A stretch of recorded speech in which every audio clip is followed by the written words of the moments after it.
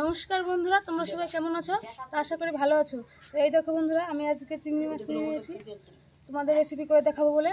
আজকে আমাদের গ্রামের কাকুটা চিংড়ি মাছ নিয়ে এসেছিলো। তো আমরা প্রায় 1 কিলোর মতন রেখেছি। তো আমি সকালে চিংড়ি মাছের 3-4 রকমের রান্না করেছি।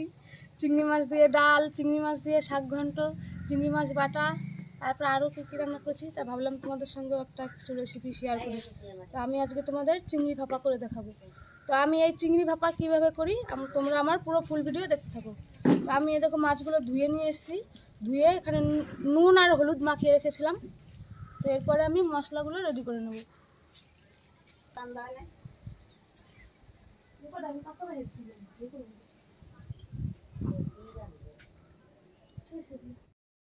এই দেখো বন্ধুরা, আমি মশলাগুলো এখানে রেডি করে নিয়েছি। এখানে আছে কাঁচা লঙ্কা, সর্ষে, আদা, শুকনো লঙ্কা, আর এখানে অল্প কিছু রসুন নিয়েছি, আর আছে জিরে। এই মশলাগুলো আমি বেটে নেব। এই দেখো বন্ধুরা, আমি মশলাগুলো ভালো করে বেটে নিয়েছি। এই যে এবার আমি চিংড়ি ভাপা করার জন্য মশলা দিয়ে এই মাছগুলোকে ভালো করে মাখিয়ে নেব। এই দেখো বন্ধুরা, আমি মাছগুলো কড়াইতে সর্বপ্রথমে ঢেলে নেব।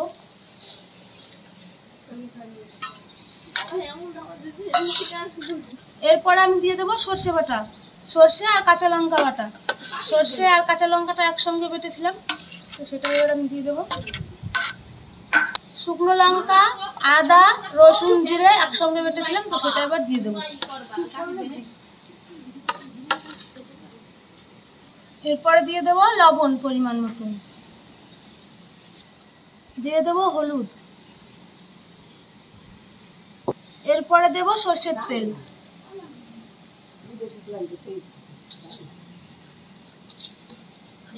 তো বন্ধুরা, এবার আমি ভালো করে সবকিছু দিয়ে একসঙ্গে মেখে নেব। আর তোমাদের বাড়িতে যদি নারকেল থাকে তো নারকেল পুড়িয়ে দিতে পারো, কিংবা পোস্ত থাকলে পোস্তও দিতে পারো। আমার বাড়িতে দুটোর মধ্যে একটাও ছিল না, তাই আমি শুধু সর্ষে দিয়েই করছি।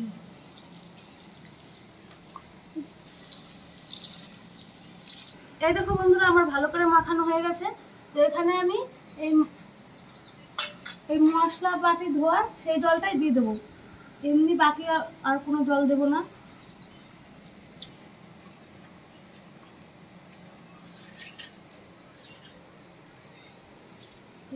এরপরে দিয়ে দেবো কাঁচা লঙ্কা চেরা, এর উপরে আরেকটু সর্ষের তেল দিয়ে এবার আমি ঢেকে দেবো। চিংড়ি ভাপা করার জন্য আমি সবকিছু রেডি হয়ে গেছে আমার। এবার আমি উনুনে চাপিয়ে দেবো। বন্ধুরা, ওই ঢাকনাটা আমার বড় হয়ে যাচ্ছিল, তো তার জন্য আমি এবার এটা পাল্টে দিয়েছি। এটা দিয়ে ঢাকছি,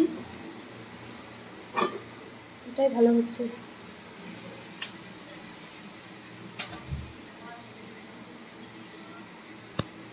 তো আমার তরকারিটা হতে থাক বন্ধুরা, আর আমি এই থেকে বাকি কাজগুলো করে নেব।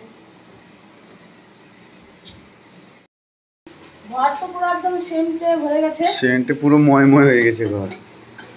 এই দেখো, আমি ঢাকনাটা খুলে দেখছি।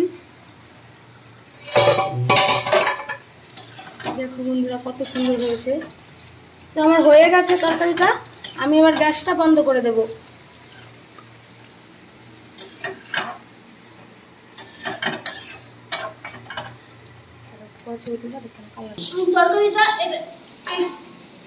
তরকারিটা আমি এটাই নামিয়ে নেব।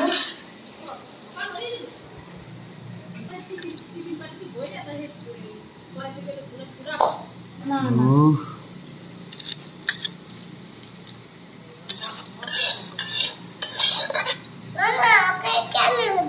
দাঁড়াও আর একটু নুন আছে।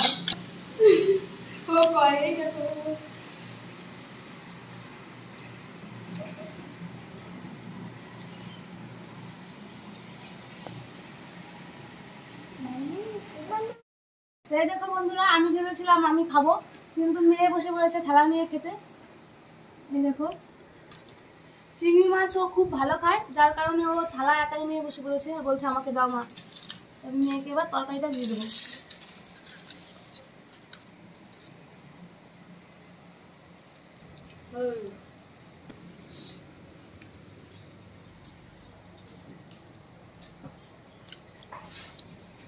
হয়েছে?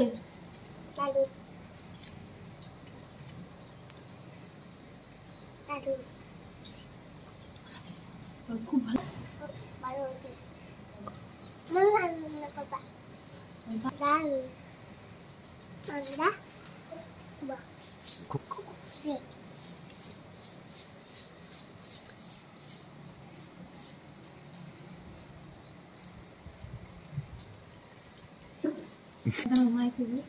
তো বন্ধুরা, তরকারি দেখে মাও বলছে আমি একটু খাই ওর সঙ্গে, তো মাও বসে পড়েছে খেতে।